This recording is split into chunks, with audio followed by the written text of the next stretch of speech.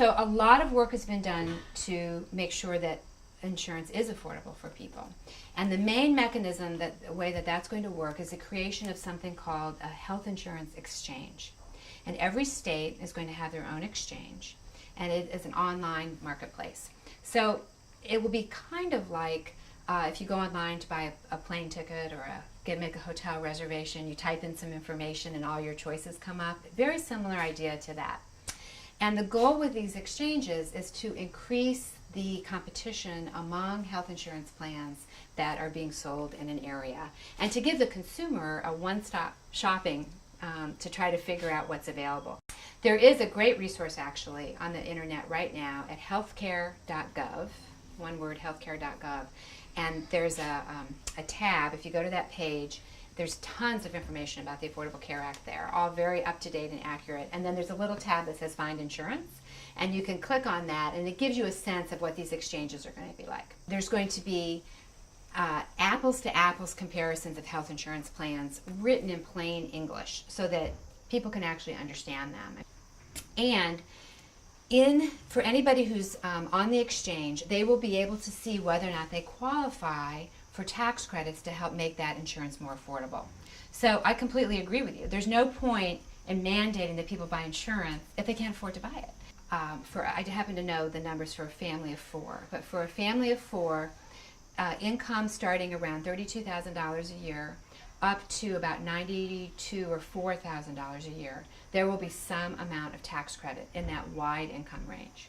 So it's a much bigger tax credit on the lower income level and a little, quite a bit less on the upper level, but there is a wide range of incomes that will qualify for a tax credit to make that insurance more affordable. So the goal here is to try to get everybody in, make it as affordable as possible for people, acknowledging that there still will be some people who the plans in their areas are going to be too much for them, and so they will not have to pay the penalty. The penalty the first year is $95, and then it does go up from there. It's the greater of $95 or a percentage of income. So the percentage of income is really going to apply to much higher income folks probably, and it will go up over time. But even after a couple of years, it's still relatively modest. It's in the several $100 range. I think $695 by several years out. So depending on a person's circumstances, there may be some people who choose to pay the penalty rather than buy the health insurance. I think there might be a lot of people considering $95 compared to hundreds of dollars a month.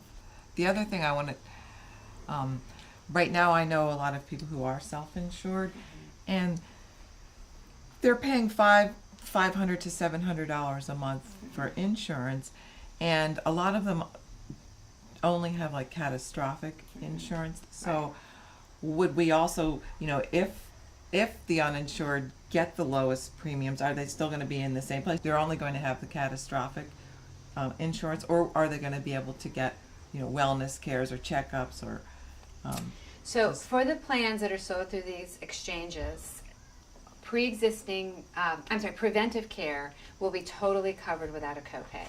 So a person can get all recommended screening tests, mammograms, colonoscopies, blood pressure checks, diabetes checks, all those things without any out-of-pocket on their part. And the health insurance plans that are going to be sold in the exchanges have to cover a pretty comprehensive set of benefits.